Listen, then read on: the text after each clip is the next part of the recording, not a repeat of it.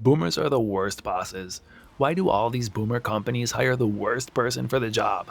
Why do they pay so little that only the worst people want to work for them? Why do they suck so much? We're going to talk about it. But first, if you could hit the subscribe button, it really would help me out. Now, as the boomers die off, we're going to see millennials and Gen Z start to take over. But right now, we're stuck with the worst generation. The generation that tells us we're weak for getting participation trophies, but who invented them? Boomers invented participation trophies and handed them out. You can't criticize someone for taking something you invented and gave to them. We didn't invent them, you did. Boomer leadership causes high turnover. They rely on having the title of leader. Like, if I have the title of leader, I am successful. The problem is that the very second they got given their title, they stopped growing. They stopped learning.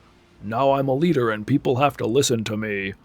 They were so insufferable that people just stopped working for them. Now they look at their empty staff list and think to themselves, people just don't want to work anymore. Young kids are so entitled. This is where I have to rant for a minute. I'm a millennial, so when you call me entitled, listen up. You grew up in an era when you could buy a house on one income and barely a kindergarten education. The year after I entered the workforce, 9/11 happened, and then it was the war in Iraq, sending my friends to die overseas because our greatest ally had developed something called Project for a New American Century. The year I graduated college, the Great Recession happened, and then COVID, and then Biden, and now Trumpflation, and he's probably going to send us to Iran. Zoomers had all of that stuff happen before they even turned 30. So don't tell us we had it easier because we have cell phones. You had houses and cars, families on one income, and instead of defending that, you sold us out. You outsourced the jobs, you invented DEI policies and stopped hiring white men because you wanted to soothe your guilty conscience. You're doing it all on purpose. You're sending billions of dollars to Ukraine and Israel so they can have weapons and universal health care, and you're doing it specifically at our expense. And you expect us to fund your retirement? And then when millennials and Gen Z use the internet to research why you're doing all this, and when we point that out to you, you get on your moral high horse and call us antiseptic or whatever. You better hope that Jesus takes you before the untapped rage of the younger generations gets aimed at a logical target for once. You're not going to distract us with hating Muslims anymore. We have zeroed in on the true culprits. It's boomers and it's our greatest ally because both of those groups have allied themselves with Satan and against their own children, their own nations. Sorry, seeing my nation deliberately destroyed by people who blame us for it, it gets me a little worked up. I was supposed to be talking about boomer bosses. Boomer bosses only hire clock watchers. Your boomer boss loves to complain about the clock watchers, but when he accidentally hires a top performer, meaning a millennial or Gen Z who knows how to get stuff done, suddenly everything gets thrown into chaos.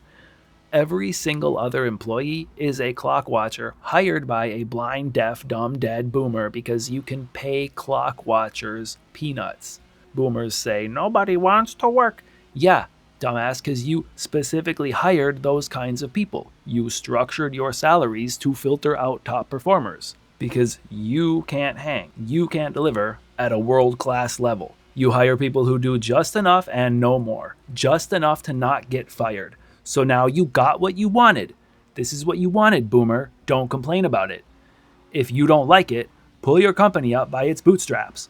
Why are you blaming everybody else for your problems? This is what you wanted. This is how you structured your company. You hired those people. If you didn't directly hire them, you hired the people who hired the other people. You are the problem. Take some responsibility. Take some extreme ownership, boomer. You guys love extreme ownership, but aren't smart enough to realize that it means you are the problem. In these companies, nobody asks, what can I do to be a valuable employee? How can I be a good boss? They don't even ask, how can I get a raise? It's just, hey boss, I've been here for 2 years and I want a raise. And like, what's the bare minimum I can do to not get fired? This is what the boomers wanted. When you just surprise your boss by saying, I want a raise out of the blue, who cares? You want a raise? Why should the boss care? If the boss told you, I want to increase revenue or sales this year, you're probably going to think, who cares? But here's the thing. We are working in boomer companies. We are the leaders of our own lives. So since we made a bad decision to get hired by boomers, now we have to face the consequences. And yeah, it's not our fault that the previous generation sucks so bad.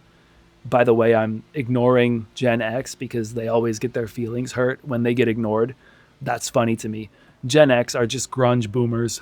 So it's not our fault that the boomers suck, but that's life. We can't ethnically cleanse the boomers. So here are some solutions. Start leading before you are given a leadership role.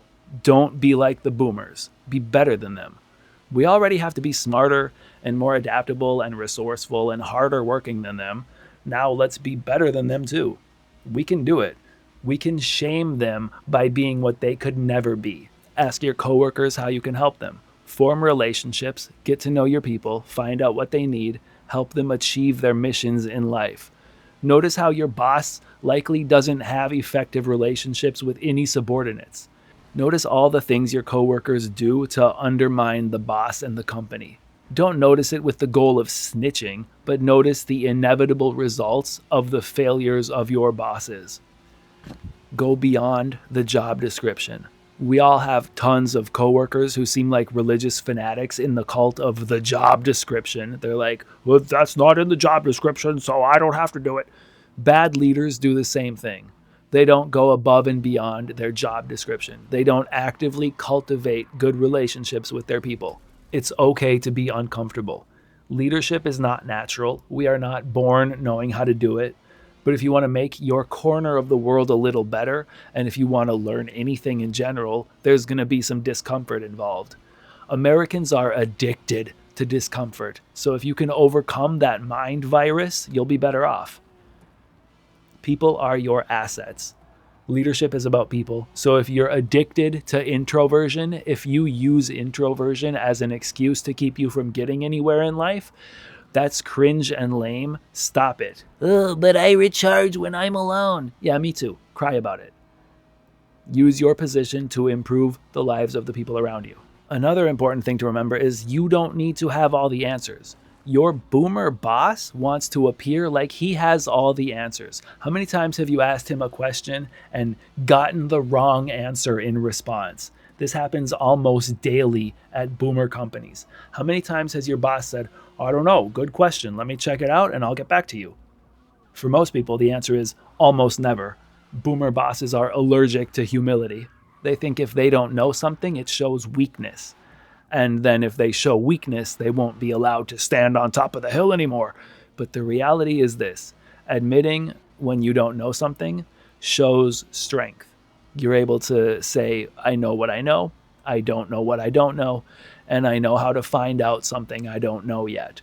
When you're the kind of person who has all the answers, then everybody always comes to you asking questions about how to do stuff. They constantly interrupt you with low-stakes nonsense. So, hey, boss, is it okay if I throw the garbage out at 3 o'clock instead of 4 o'clock?